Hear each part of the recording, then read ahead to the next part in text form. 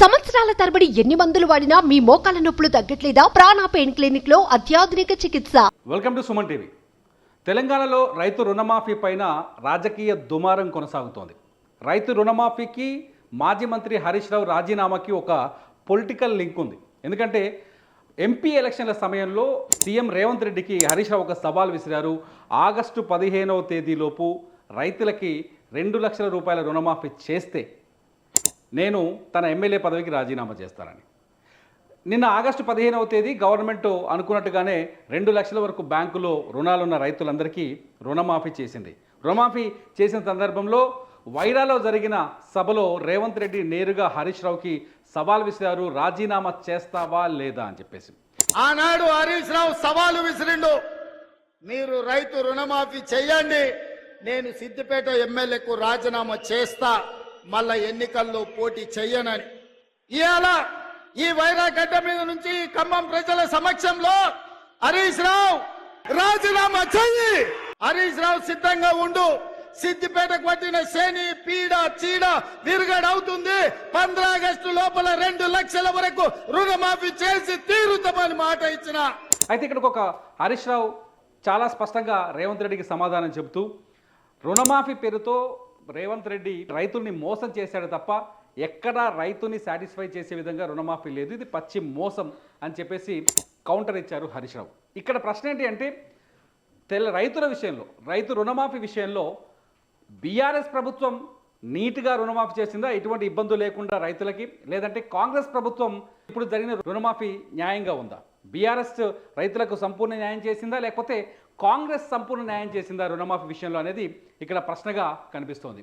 చాలా స్పష్టంగా అర్థం చేసుకోవచ్చు. బీఆర్ఎస్ ప్రభుత్వం గతంలో రైతులకి రుణమాఫీ చేస్తామని చెప్పింది. 1 లక్ష రూపాయల వరకు అప్పున్న రైతులకి, అంటే 1 లక్ష రూపాయల వరకు బ్యాంకులో ఎవరికైతే లోన్ ఉంటుందో, 1 లక్షకు మించున్నా సరే 1 లక్ష రూపాయల వరకు మేము రుణమాఫీ చేస్తామని చెప్పింది. ఒక్క దఫా మాత్రం చేయలేదు. బీఆర్ఎస్ ఫస్ట్ 25,000 చేసింది, మొదటి దఫాలో 25,000 వరకు లోన్ వాళ్ళకి చేసింది.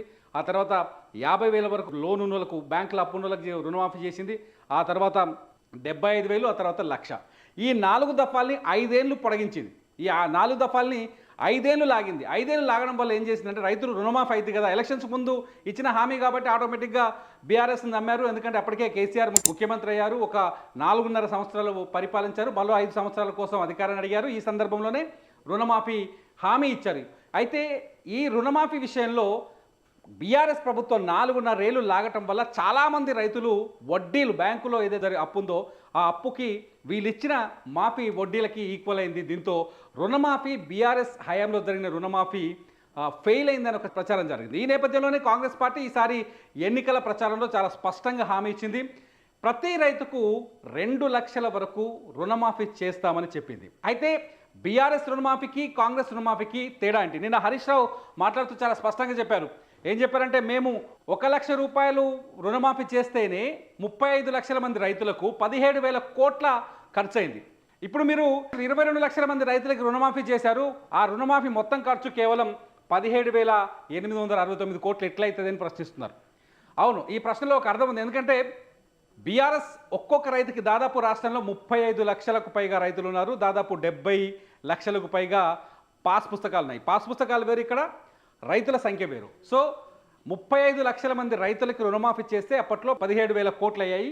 ఇప్పుడు 22 లక్షల మందికి, అది 1 లక్ష రూపాయల చొప్పున, ఇప్పుడు 22 లక్షల మందికి రైతులకు రుణమాఫీ చేస్తే 17,869 కోట్లు అయినాయి. ఇది పచ్చి మోసం, చాలామంది రైతులకు రుణమాఫీ చేయలేదని చెప్పేసి హరీష్ రావు చెప్పుకొచ్చారు. దీంతో ఎవరు న్యాయం చేశారు రైతులకు అనేది ఇప్పుడు ప్రశ్నగా మారింది. అయితే ఇక్కడ చిన్న లాజిక్ ఒకటి ఉంది. 1 లక్ష రూపాయల వరకు రుణమాఫీ చేసింది బీఆర్ఎస్ ప్రభుత్వం, 1 లక్ష రూపాయల వరకు రుణమాఫీ చేసింది, అది 17,000 కోట్లు అయింది. కానీ బీఆర్ఎస్ చేసిన రుణమాఫీలో టైం బౌండ్ లేదు. అప్పుడు మనకు అర్థమైంది ఏంటంటే, రైతులను అడిగినా తెలుస్తుంది, ఇది బ్యాంకులో పోయినా ఎంక్వైరీ చేస్తే తెలుస్తుంది, టైం బౌండ్ లేదు. కానీ కాంగ్రెస్ చేసిన రుణమాఫీలో టైం బౌండ్ ఉంది. కాంగ్రెస్ చాలా స్పష్టంగా చెప్పింది, 12 తారీఖు డిసెంబర్ 2018 నుంచి 9 తారీఖు డిసెంబర్ 2023 వరకు ఈ గ్యాప్లో అప్పులు తీసుకున్న వాళ్ళకి కానీ, లేకపోతే పాత అప్పుని రెన్యువల్ చేసుకున్న వాళ్ళకి కానీ రుణమాఫీ చేస్తానని చెప్పింది. కానీ బీఆర్ఎస్ అలా చెప్పలే. మీకు అప్పటి వరకు బ్యాంకులో ఎంత అప్పు ఉందో అంత అప్పు వరకు 1 లక్ష రూపాయలు, ఆ మొత్తం అప్పులో 1 లక్ష రూపాయల వరకు మేము రుణమాఫీ చేస్తానని చెప్పింది. సో వాళ్ళకి బడ్జెట్ తక్కువైంది. వీళ్ళు టైం బాంబ్ పెట్టుకోవడం వల్ల కూడా బడ్జెట్ వీళ్ళకి, కాంగ్రెస్ వాళ్ళకి కలిసి వచ్చింది. ఇక్కడ ఇంకో విషయం ఏంటి అంటే కాంగ్రెస్ పార్టీ ఎలక్షన్స్ మేనిఫెస్టోలో ఒక విషయం స్పష్టంగా చెప్పింది, 2 లక్షల వరకు బ్యాంకులో ఉన్న వాళ్ళకే రుణమాఫీ చేస్తామని చెప్పింది. కానీ ఆచరణలోకి వచ్చేసరికి కాంగ్రెస్ నాయకులు చెప్తున్నారు, మేము ప్రతి రైతుకి ఏదైతే 35 లక్షల మంది రైతులు ఉన్నారో ఇప్పటికి 22 లక్షల మంది రైతులకు మేము రుణమాఫీ చేసినాం. ఇంకో 6 లక్షల మంది రైతులు ఉన్నారు. ఎవరైతే 2 లక్షల కంటే ఎక్కువ బ్యాంకులో లోన్ ఉందో ఆ 6 లక్షల మంది రైతులు ఉన్నారు. 6 లక్షల మంది రైతులకు కూడా 2 లక్షల రూపాయల వరకు రుణమాఫీ చేస్తామని చెప్తున్నారు. సో మొత్తంగా కాంగ్రెస్ మాట నిలబెట్టుకున్నట్టు అయింది. హరీష్ రావు సవాల్ని హరీష్ రావే నెగ్గినట్టుగా అయింది. మొత్తంగా తెలంగాణలో మాత్రం ఈ రుణమాఫీ రాజకీయం ఒక కొత్త చర్చకు దారితీసింది. చివరికి రైతులకి ఎవరి వల్ల న్యాయం జరిగింది అనేది ఇప్పుడు ఇక్కడ ఆసక్తికరంగా మారింది. చూద్దాం, కామెంట్స్ రూపంలో మీరే చెప్పండి, హరీష్ రావు నెగ్గాడా ఈ సవాల్లో, లేకపోతే రేవంత్ రెడ్డి నెగ్గాడా అనేది మీ కామెంట్స్ రూపంలో తెలియజేయండి. మీ బిజినెస్ ఏదైనా మీ ఊర్లో ప్రమోషన్ చేయాలంటే అది సుమన్ టీవీతోనే సాధ్యం. ఇప్పుడే సంప్రదించండి.